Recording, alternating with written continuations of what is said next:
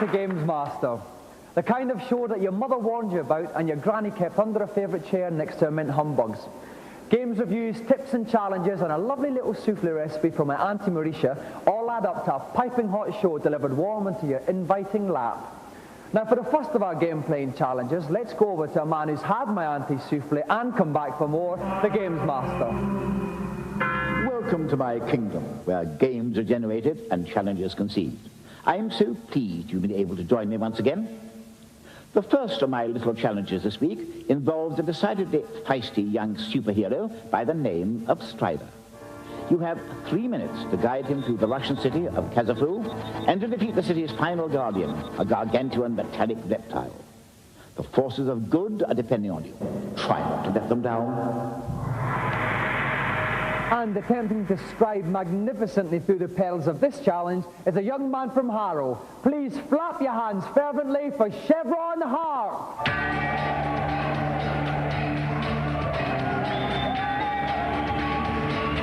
Welcome to Gamesmaster, Chevron.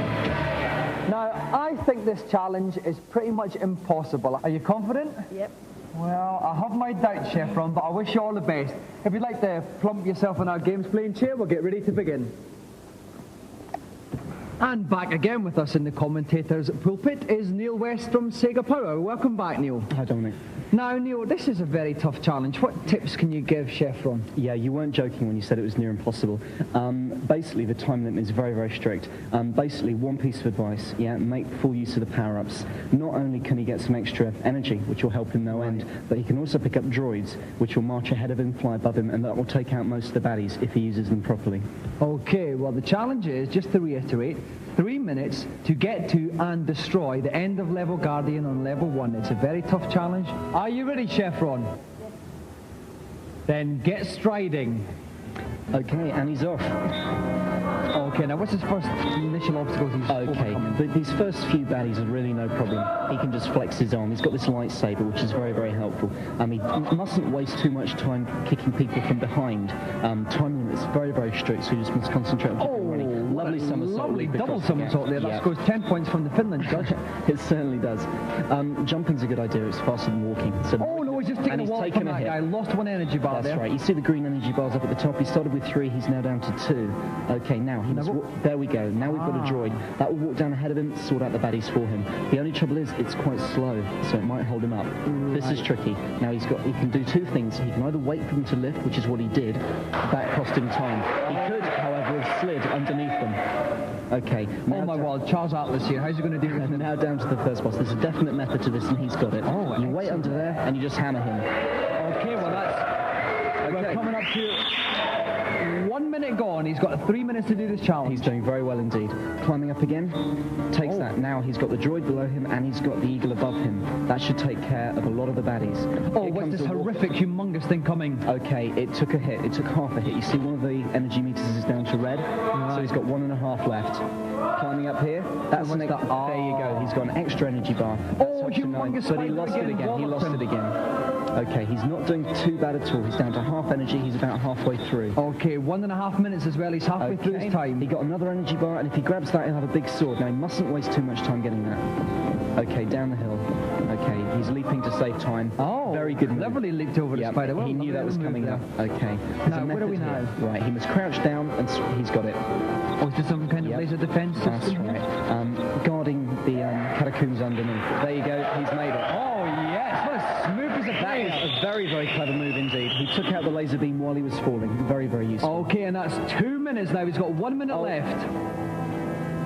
Oh, my, that's a lovely piece of acrobatics there from him. He took a good shortcut. He's now down to the boss. Now he's got to work out his my word, they're all jumping together. Here we go. What are they doing? Here we go. This is a caterpillar with its brandishing its... Oh my word, he's got him already. It's gone. No problems whatsoever. With 45 seconds to spare, Chevron made short work of that.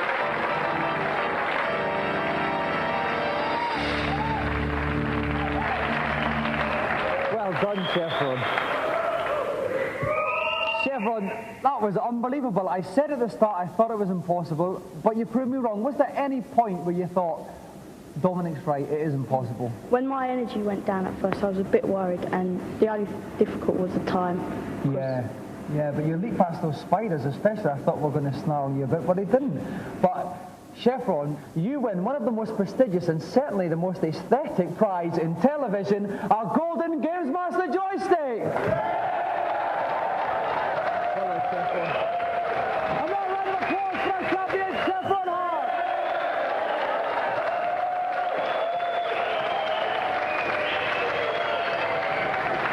And as Chevron and his joystick stride majestically into the sunset, we'll take a look at this week's reviews. This week, hold on tight and try not to eject as we look at flight simulations. First up, on the Amiga, get high as a kite with Birds of Prey. Now, Birds of Prey is really sort of the Ferrari of flight sims. I mean, you're looking at something which is so horrendously complicated that you're quite chuffed you can actually get out of the hangar and take off. It was complicated enough to be interesting, but not overcomplicated, so you got bored of it. If you're sort of more of a train spotter sort of flight sim fan, then who wants everything to be accurate, you'll love it.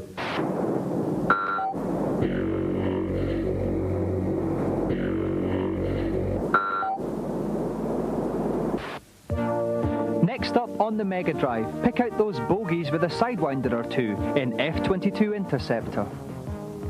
Loads and loads of hours of play there. Brilliant stuff. Great graphics, great sound. On F-22, I just felt a little bit detached, a little bit removed. Maybe the colour's just a bit too bright, I'm not sure. Something looked console-y about it and not a simulation. F-22 was not very good because it was just there was too complicated controls on the joypad.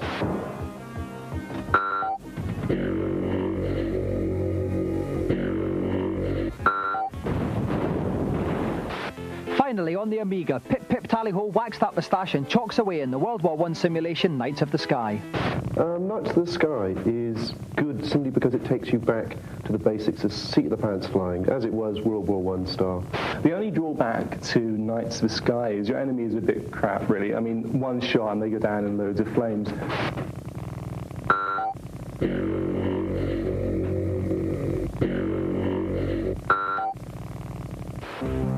Now for our new game section. A game that's bound to get flight simulation fans rubbing their helmets with glee when it's released later this year is Attack. Julia Coombs from Microprose Software gives us a sneak preview. Attack is set in the year 2001. It's in Colombia. You assume the role of Supreme Commander of a US government-controlled undercover agency. There are no set missions in Attack.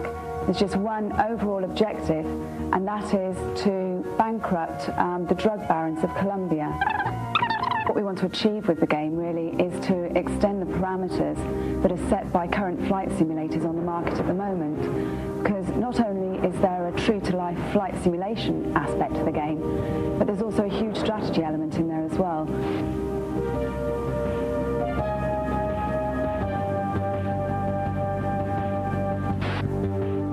For more information about anything in the program, you can call the Gamesmaster Club.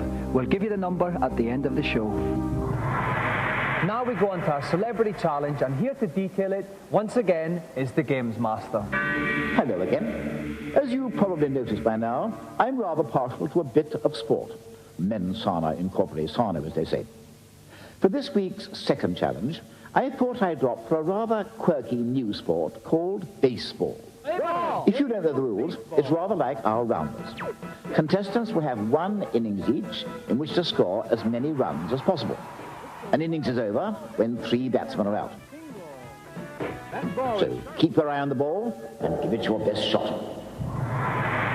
And to play this challenge, we are very lucky to have World Neo Geo Baseball Champion Emily Cash, who will be playing a husband who by some strange quirk of fate is a pretty big hitter himself, 1987 Wimbledon champion Pat Cash.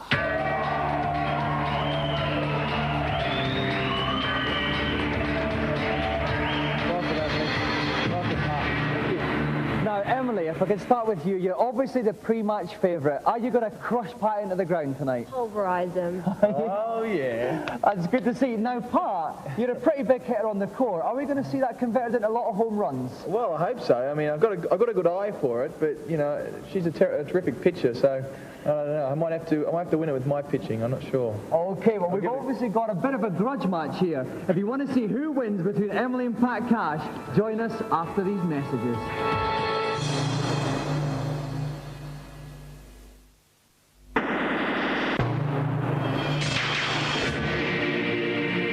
Welcome back to Gamesmaster. We are ready for a thrilling baseball contest between Emily Cash, who's playing the Wildflowers baseball team, and her husband, 1987 Wimbledon champion Pat Cash, who's opted for the comic Astro Boys. With me in the commentating box is Tim Boone from Computer and Video Games Magazine. Tim, welcome to the ballpark. Hi, Dominic. Now, general tips for our two players today. 1 innings each, they've got to score quickly. Absolutely. Well, Pat's up to bat first, and he's got to hit it as hard and fast as he can. With just 1 inning, there's no time for mistakes. He's got to go for those home runs. Emily's got to pitch well, field well, which means catching the ball whenever possible and coordinating her fielders at all times. It's going to be a tense match, this. Okay, and we must remember at 1 innings each, if there's no runs, it goes down to hits. So every single swing of the bat is important. Are our competitors ready? Absolutely. Then let's play ball. And we have Emily pitching first to Pat. He's going to start off with a nice strong pitcher, I feel. And it's, a nice little sneaky pinch hit there from Pat. It's not going to be enough. He's out. First out for Pat. Okay, comes in for the second one. Oh, again, a small hit. But he could get away with this one. It's going to be very close. He throws to the first base. Pat's running in, and he's just made it. He's safe. So we come up for third man in, and he's... a lovely little strike there. Floating, rising ball there from Emily. Emily altering her pitches very well in this game. Pat swings again, a little ground ball here. Is he going to make it? It could be a one-base hit here, and they're safe. Must be said, Emily's pitching very well. And here comes again, it's the fourth man in, Jeff of the comic Astro Boys. Emily pitches, swings. That could be going all the way. No, it's not, but it's in the outfield. And they're safe on. And she's running for home. Pat Cash is running for home. And he's going to get there. 1-1 to Pat Cash. Great play from Pat. Great play. A great hit, used very well. All of a sudden, Pat's in a very strong position. 1 run, 2 men on base, Tim. Yep. Emily comes in there. She's got to keep this tight. And Pat's another huge hit. It's up in the air. It could be a catch here. And he's got 2 men on the base. He's going to have to sort that out here. It could be a double play by Emily here. But in fact, Pat is safe there. Big fielding error from Emily there. No, in fact, she was playing safe because if you see, Pat's got a player on third base. She's playing safe by delivering it to 4, so he can't score the home. Right. Thank you for correcting me on that one, Tim. Strike 1 for Emily. Very important strikeout needed here. Strike 2 here. Last strike coming up. And here it comes again, and it comes in. Oh, what is it here? And could it be got wrong? Could it be out? Is it going to be caught? No, it's not. And it's going to be another run for Pat Cash. She's going at the home base. It's going to be very, very good. Intercepted by the pitcher, and that proved to be the undoing. 2-0 to Pat Cash. Again, 2 men on the bases. Great position for Pat to be in. Swings again. Pat hits it again. The base is loaded. He's coming in for another home run here. And this is looking... I feel he's got 1 run in. He could be getting a second. His man's running for a second. Will Emily get it to home base first of all? I think she's chosen the wrong base. She has indeed. Pat Cash 4-0 up against Emily. It's going to take some beating now, Tim. Yeah, absolutely. No room for mistakes in this game. Pat's now 4 up. And only 1 out here. Absolutely. Emily pitches in again. Strike 1. Me with that one. Pitching very well, but Pat is batting extremely well. He just got the timing exactly right on this game. Nicely left by Pat Cash there. The ball missed the plate, so it was called as a ball. Swings it again. That's over the plate, but Pat hit it straight to the pitcher. Great. First base. Fantastic play. Fantastic play from Emily there. Emily got the first man out, but missed the man running to home base. Yep. And the result of this is Pat is now 5-0 up. Emily pitches in, but it's 2-0. Strike 1. 2 more strikes, and Emily is in bat. Pitches in again. Strike 2. Very important ball here. Come on. Emily pitches in. But Pat there with a total of 5 runs, 6 hits. It looks like the comic Astro Boys are going to win this one. Yep, very little Pat could have done there against those pitches, but then again, he's 5 up now. Emily's got her work cut out. So Pat pitches in Emily, the first pitch in there. Emily hits it. Ground run for 1, but I think she's going to be out there. Yes. 1 out to Pat. Good drive. Oh dear, it's not looking good for Emily, but then Pat started off the innings with an out as well. That's right. Anything can happen. Pitches it in again. Oh, a nice little pinch it there. Is he going to make it to first base? Pat's throwing the ball, and it's going to be very, very close here. This is where Emily needs the big hit to stay in the frame here. She's got to have a really big, she's got to go for home run. So it's up to Orchid of the Wildflowers here. Very, very nervous times here in the Gamesmaster ballpark. Emily, nice little pinch run, but it's going to be very... Pat there lets Emily get the first I think base. our fielder's gone short-sighted somehow. Pat pitches into Emily, swings it. Oh, another ground hit. This is looking dangerous. This is looking very dangerous indeed. Oh, but a save. Pat hesitated slightly there. Another fielding error from Pat. Yeah, he's obviously proved he can hit them. When it comes to catching them and throwing them, oh dear, different thing altogether. Different ball game. Again, very tense here. Pat pitches in. It's a big hit from Emily. Oh my word, that could go all the way. Oh, but she's got 2 men on the base here. One of them's going to run the third. I think we're going to see an out here. One of Pat's throwing again. Oh my word, Emily had 2 runners running to the same base. Pat tagged one of them, so it's the end of the ball game. Pat is the winner.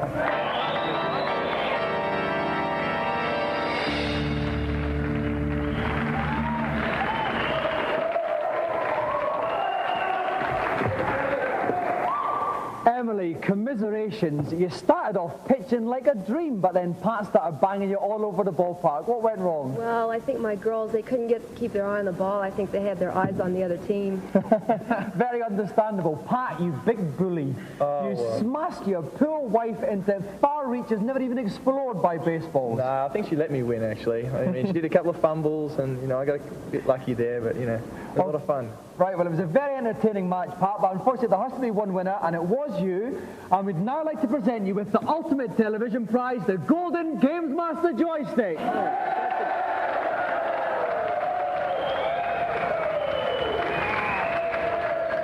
And another round of applause for Pat and Emily Cash.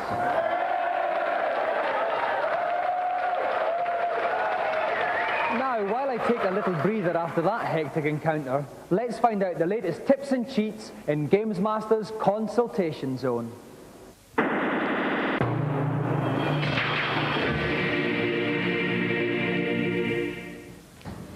Hello, Gamesmaster. Welcome to my kingdom. I am delighted to see you. And what have you got to ask me? I've been playing the game Link for several months now, and I've found a hidden town, but I cannot find a magic key. Do you know where it is, please? Do I indeed, you audacious young urchin? Once you reach the hidden town, pick up the spell, and then cast it at the far right of the town.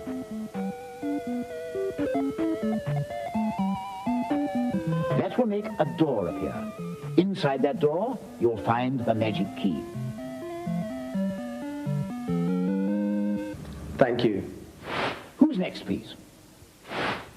Hello, Gamesmaster. Oh, I'm delighted to see you. Welcome to my kingdom. I've heard that there's a hidden room on level 2 of Alex Kidd. I've been looking everywhere for it, but I just can't find it. Where should I be looking? Oh dear, we really are rather behind, aren't we? You will find the room just past the cage eagle. Simply jump up and down to break the rocks on the ground, and the hidden entrance to the room will reveal itself.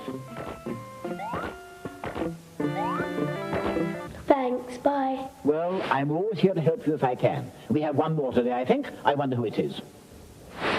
Hello, Gamesmaster. I keep getting killed trying to get past the robot dinosaur at the end of Escape from the Planet of the Robot Monsters.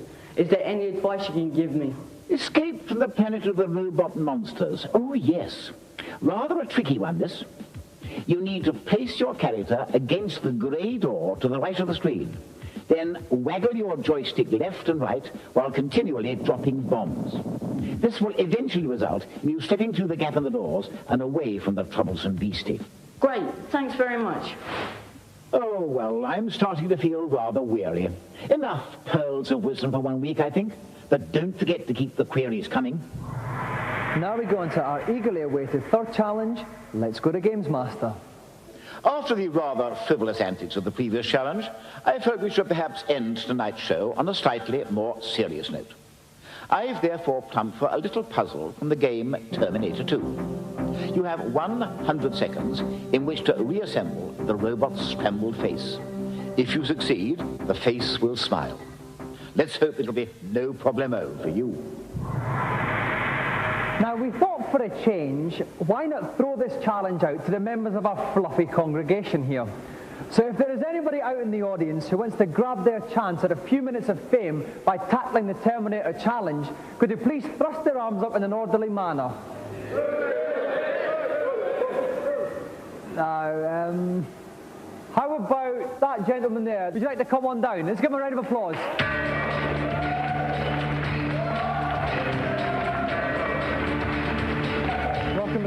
like that. And your name is? Martin. And where are you from, Martin? I'm from Stanmore in Middlesex. Right, now do you know the Terminator 2 game? Yeah. So you're familiar with our puzzle challenge? Yeah. If you'd like to plonk yourself down in a hot seat, we'll get ready to start the game. And joining me in the pulpit again is Tom Watson from Renegade. Hello again, Tom. Hello again, Dominic. Now, this is a bit of a tough challenge, this Terminator one, isn't it? It is a bit. I think we'll all recognise the game principle, but seeing it on a computer screen really does change it. And of course, there's a timer, so the player can't hang around. Okay then. Martin, are you ready? Then get solving that puzzle. Right, so Tom, what should Martin's general tactics be? We know the puzzle. How does it change in a computer format? Well, I think one of the things here is that he really has to look at the picture at the bottom right, which will give him the clue, albeit in black and white, of what he has to do in getting Arnie's face back together again. I think one of the real differences between the original physical, we can actually see he's getting the eyebrow section in there, and he's just lining that up nicely. Right. One of the real differences here is that you don't have that sort of sense of touch and the ability to see the pieces closely. He's got 65 seconds left, so he seems to be doing okay. They seem to be forming into a sequence. Right, that's good. The eye's going into place now. He's getting the flesh areas together. You can see a part of the nose. So there, that drops into place. Yeah, I think he's doing quite well. Right, 50 seconds, just about halfway through his time. The crowd are giving him their encouragement.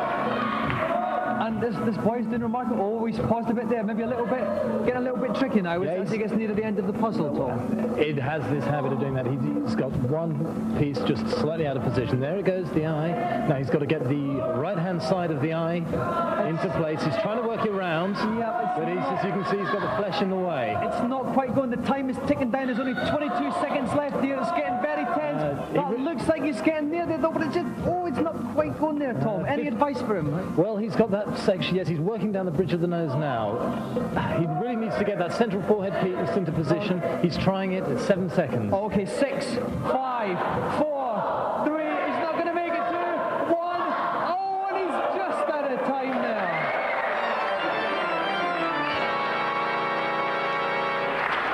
Commiserations, Martin. At one stage there, it looked very, very close. What went wrong? Well, as I got closer to the end, the pieces were harder to spot where they actually went, and I couldn't slot them in together. Well, we were all oohing and eyeing, everybody here. You put up an incredibly good show. Thank you very much for coming in to play Gamesmaster. Martin. And that's all for tonight's show. I'm off for an Earl Grey. Keep snug and warm till next week. Good night.